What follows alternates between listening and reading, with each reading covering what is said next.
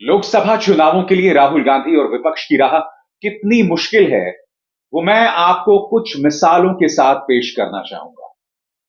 दोस्तों, कल जब अमित शाह अपना भाषण दे रहे थे, तब देखिए भाजपा अध्यक्ष जेपी नड्डा का बर्ताव किस तरह से था। देखिए वो क्या हरकत कर रहे थे।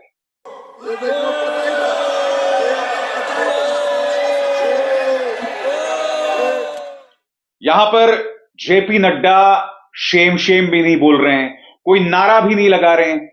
वो इस तरह की हरकत कर रहे हैं। कल्पना कीजिए, इसी तरह की हरकत राहुल गांधी ने की होती। मैं नहीं भूला हूं, राहुल गांधी ने अपना भाषण देने के बाद, आज से कई सालों पहले भाषण देने के बाद महज इस तरह से अपनी पलक झपकी थी। याद है आपको? इसके ऊपर प्रधानमंत्री नरेंद्र मोदी से लेकर भाजपा नेताओं से लेकर मीडिया, सभी लोगों ने सीधे हमला बोला था राहुल गांधी पर। उन्हें अश्लील होने तक का आरोप लगाया था। अभी कुछ ही दिनों पहले की बात है, राहुल गांधी ने फ्लाइंग किस भी नहीं दिया था, मगर स्मृति ईरानी से लेकर पूरा मीडिया ये चला रहा था कि राहुल गांधी ने भाजपा की महिला नेताओं को फ्लाइंग किस दिया। आपकी स्क्रीन पर रमेश बिधुड़ी, ये एक और सांसद दानिश अली के बारे में अपशब्द बोल रहे थे, लगातार बोल रहे थे। इन पर आज तक कोई कार्रवाई नहीं हुई है। उल्टा जब ये उन अपशब्दों का इस्तेमाल कर रहे थे, तो देखिए पीछे किस तरह से हर्षवर्धन और रविशंकर प्रसाद, सम्मानित सभ्य भाजपा के सांसद, हंस रहे। मैं ये मिसाल आपके सामने क्यों पेश कर रहा हूं? क्योंकि जब जेपी नड्डा ओ करते हैं, जब रमेश बिधुड़ी जो हैं अपशब्दों का इस्तेमाल करते हैं, तो कोई भी मीडिया चैनल उस पर सवाल नहीं उठाता। जब बृजभूषण शरण सिंह हमारी महिला पहलवानों, हमारी आन बान शान के बारे में गलत चीजें करते हैं, जिसका जिक्र दिल्ली पुलिस की चार्जशीट में है, तो कोई मीडिया उस पर सवाल नहीं उठाता। कोई मीडिया प्रधानमंत्री को कटघरे में नहीं रखता कि आप इसको क्यों बर्दाश्त कर रहे हैं। मगर ये सब हो रहा था जब एक मंत्री का बेटा किसानों को रौंद कर चले जाता है। सवाल भाजपा से नहीं होता, मगर सिर्फ एक पलक झपकने के लिए राहुल गांधी को अश्लील बता दिया जाता है। और अभी महज शुरुआत है। याद कीजिए, कल जैसे ही 370 को लेकर अदालत का फैसला आया, सभी न्यूज चैनल्स में और अखबारों में किस तरह की कवरेज हुई है दोस्तों। कल दो खबरें थी। एक तरफ छत्तीसगढ़ और मध्य प्रदेश के मुख्यमंत्री का तय हो जाना, और उसमें भी मीडिया न्यूज चैनल्स ने धार्मिक एंगल ढूंढ लिया, उसमें भी ब्रह्मा विष्णु महेश ढूंढ लिया।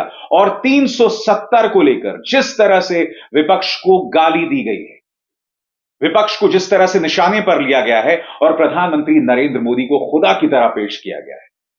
मिसाल आपके सामने, दोनों मिसालें मध्य प्रदेश और छत्तीसगढ़ को लेकर और 370 को लेकर। यह देखिए, विष्णु भी आए और मोहन भी आए, राजस्थान में कौन आएगा। फिर देखिए साहब, मोदी का बैक टू बैक सरप्राइज 2024 और चौंकाएगा।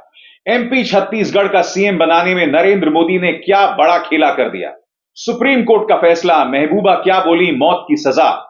धारा 370 पर जीता भारत हारे विरोधी, यानी कि भारत के अंदर ही लोगों पर निशाना साधना। 370 को लेकर आपकी राय हो सकती है, मगर अगर धारा 370 को हटाए जाने का अगर आप विरोध कर रहे हैं, तो आप देश विरोधी कैसे हो सकते हैं? यह आपकी राय हो सकती है। आगे देखिए साहब, बीजेपी ने 23 नहीं 2024 जिताने वाला सीएम बनाया। प्रधानमंत्री नरेंद्र मोदी की सियासत को समझना नामुमकिन है। कहा था ना, 370 भूल जाओ, 370 वाला नासूर, नेहरू का कसूर। 370 पर मोदी सही थे, तुष्टिकरण की हार, कश्मीर की जीत, कश्मीर पर कांग्रेस की 370 गलतियां। उसी तरह से अगर आप अखबारों की सुर्खियों को देखें, ये देखिए, दैनिक जागरण, 7 दशक का दंश खत्म, एकीकरण का बल देने वाला फैसला, सत्य एवं सुलह आयोग बनाने की जरूरत, जम्मू कश्मीर के पास नहीं थी कोई संप्रभुता, छोटे छोटे कदमों से कश्मीरियत के करीब पहुंचे मोदी। इसी तरह से आप देख सकते हैं, पाक अधिकृत कश्मीर हमारा है, अमित शाह के बयान को तरजीह दी जा रही है। और अमर उजाला, आखिर 370 से पूरी आजादी। कहने का अर्थ क्या है? कहने का अर्थ यह है कि 370 के बहाने भारतीय जनता पार्टी की बैटिंग मीडिया ने अभी से शुरू कर दी है, और उनका मकसद साफ है, सरकार की बड़ाई करो मगर विपक्ष पर निशाना साधो, उन्हें खलनायक के तौर पर पेश करो। कल अमित शाह ने इस पर भाषण दिया। एक बार फिर उन्होंने देश के पहले प्रधानमंत्री नेहरू को याद किया, उन्हें पानी पी पी कर गालियां दी। और अमित शाह का अंदाजे बयां देखिए, उनके अंदाजे बयां में एक दंभ था, एक स्वैग था। अहंकार नहीं बोलना चाहिए। किस तरह से विपक्ष को वो नसीहत दे रहे थे, सुनिए। मगर जब इतिहास सिद्ध कर दे, समय सिद्ध कर दे ये फैसला गलत है, देश के हित में वापिस आना चाहिए। अभी भी मैं कहता हूं वापिस आइए, वरना जितने बचे हो इतने भी नहीं बचोगे। यही नहीं, जब मनोज झा अपनी बात रख रहे थे तो किस तरह से उन्हें बीच में रोका गया और फिर अमित शाह बोलने लग गए। मनोज झा सिर्फ यही कह रहे थे कि भाई इस वक्त सदन के अंदर कश्मीर से कोई सांसद नहीं है। तो अचानक अमित शाह उग्र हो गए, मनोज झा को चुप करा दिया गया और फिर अमित शाह ने खड़े होकर कहा कि आपको बेशक परवाह नहीं हो कश्मीरियों की, मगर हमें परवाह है कश्मीरियों। 370 हटाए जाने के बावजूद कश्मीर के अंदर डीएसपी मारे जा रहे हैं, कर्नल मारे जा रहे हैं, मेजर मारे जा रहे हैं। कश्मीरी पंडितों को फिर से पलायन करना पड़ा। यह ना भूलें, कुछ दिनों पहले श्रीनगर के स्कूलों में, कश्मीर के स्कूलों में काम करने वाले हिंदू टीचर्स को मौत के घाट उतार दिया गया था। यह सब हो रहा है ना, तो स्वाभाविक सी बात है सरकार की कश्मीर नीति पर सवाल उठना जरूरी है।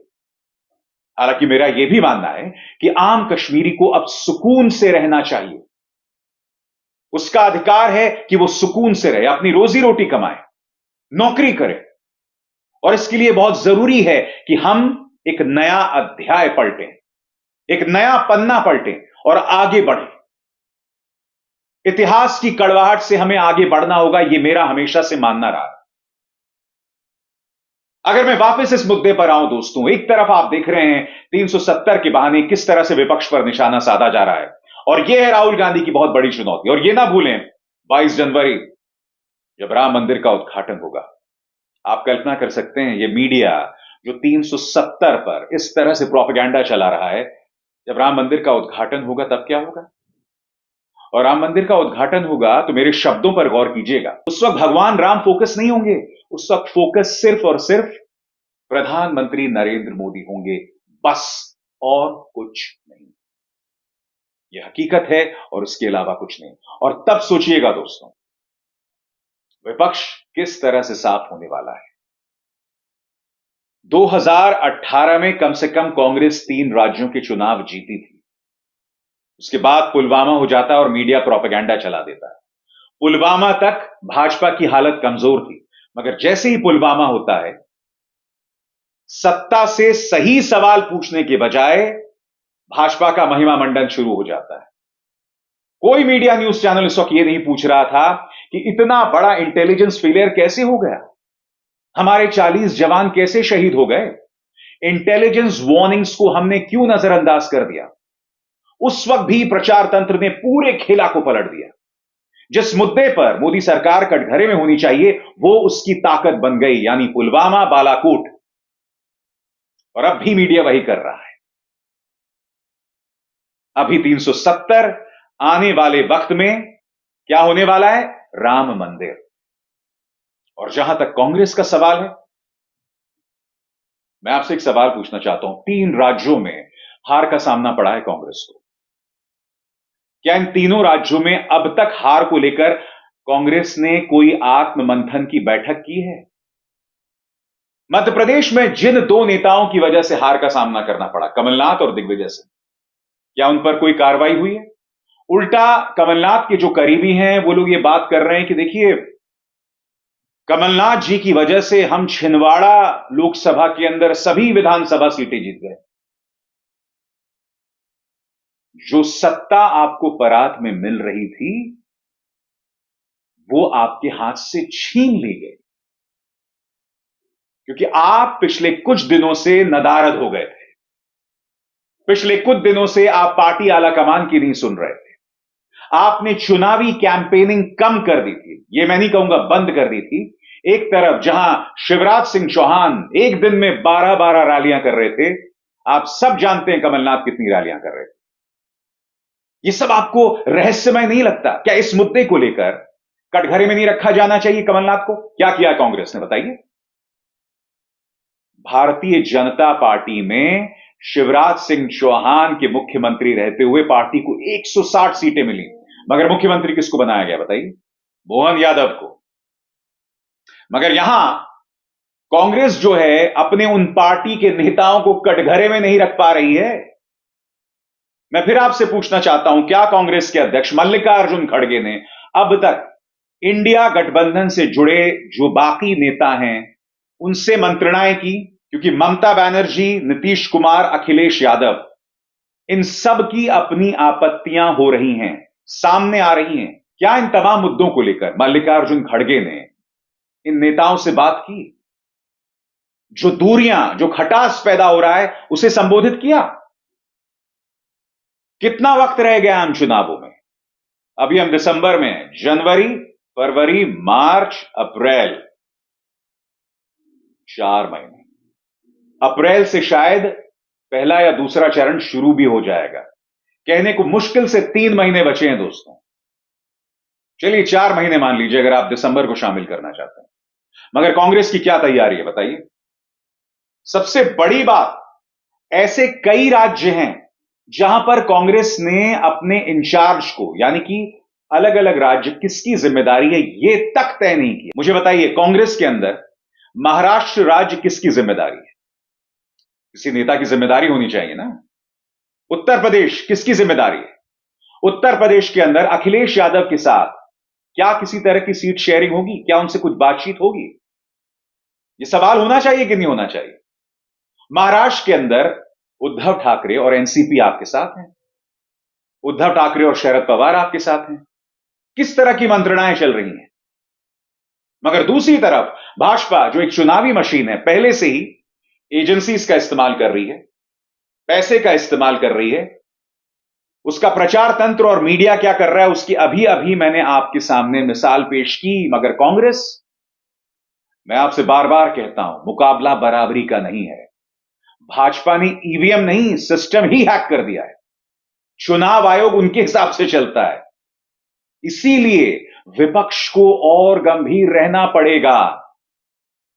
आप इस देश की जनता के साथ बहुत बड़ी ज्यादती कर रहे हैं, क्योंकि बतौर विपक्ष आपको एक बेहतर विकल्प देना चाहिए इस देश की जनता को, जो आप अभी तक नहीं दे रहे हैं।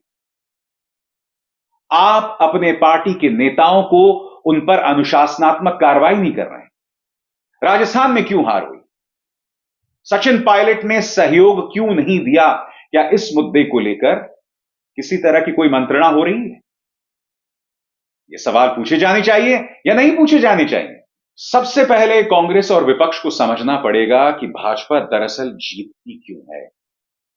कई लोग ये कहते हैं कि हिंदुत्व की राजनीति करती है। यकीनन भाजपा ने पिछले 10 सालों में अपने प्रचार तंत्र के जरिए बहुत बखूबी, बहुत सफलतापूर्वक एक बहुत बड़े तबके में ये चीज जो है उनकी नसों में भर दिया है कि अगर हम सत्ता से चले गए तो हिंदू खतरे में आ जाएगा। भारतीय जनता पार्टी की सफलता सिर्फ हिंदुत्व नहीं है। किस तरह से वो OBC, schedule caste, schedule tribe, इन तमाम समुदायों, इकाइयों, इन सबको जिस तरह से बांध रही है। छत्तीसगढ़ में अगर एक आदिवासी पृष्ठभूमि के व्यक्ति को मुख्यमंत्री बनाया जाता है तो महज इत्तेफाक नहीं है, इसमें भाजपा की सोच काम कर रही है। उसी तरह से अगर मध्य प्रदेश में यादव पृष्ठभूमि का एक व्यक्ति सीएम बनाया जाता है तो भाजपा का जो निशाना है वो जातीय जनगणना है। क्योंकि हम ये नहीं भूल सकते, ये 3 चेहरे, नीतीश कुमार, तेजस्वी यादव और राहुल गांधी, लगातार जातीय जनगणना पर उग्र तेवर अपना रहे हैं। इसीलिए मोहन यादव जो हैं वो मध्य प्रदेश के मुख्यमंत्री बना दिए जाते हैं। इस तरह से भाजपा काम कर रही है। फिर 80 करोड़ जनता को मुफ्त अनाज पहुंचाना, यह भी भाजपा के हाथ एक बहुत बड़ा हथियार है। और यही वजह है कि बहुत बड़ा तबका, जो गरीबों का तबका है, वो अब भी भाजपा के साथ है, प्रधानमंत्री नरेंद्र मोदी के साथ है। हर योजना में प्रधानमंत्री नरेंद्र मोदी की तस्वीर होती है। मैं एक बात स्पष्ट कर दूं, इससे पहले भी सरकारें जो हैं वो मनरेगा करती रही हैं। गरीबों को फायदा पहुंचाती रही हैं, कर्ज माफी करती रही हैं। मगर फर्क क्या है इस बार?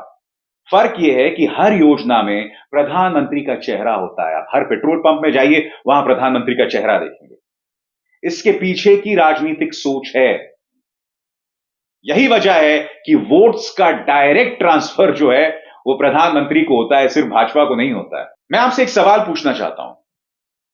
मध्य प्रदेश, छत्तीसगढ़, राजस्थान, इन सभी राज्यों में कांग्रेस की मौजूदगी है, मगर बूथ तक, यानी कि चुनावी ईवीएम तक अपने समर्थकों को ले जाना, बूथ मैनेजमेंट करना, क्या कांग्रेस का कोई भी मुकाबला है भाजपा के साथ?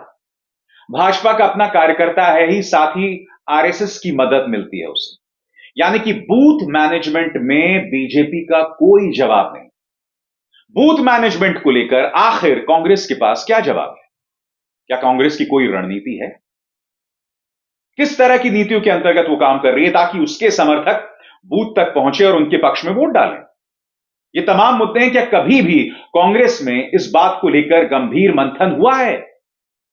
अगर नहीं हुआ है तो ईश्वर ही आपको बचाए 2024 में। और इसीलिए आने वाला वक्त जो है वो विपक्ष के लिए और भी ज्यादा मुश्किल होने वाला है।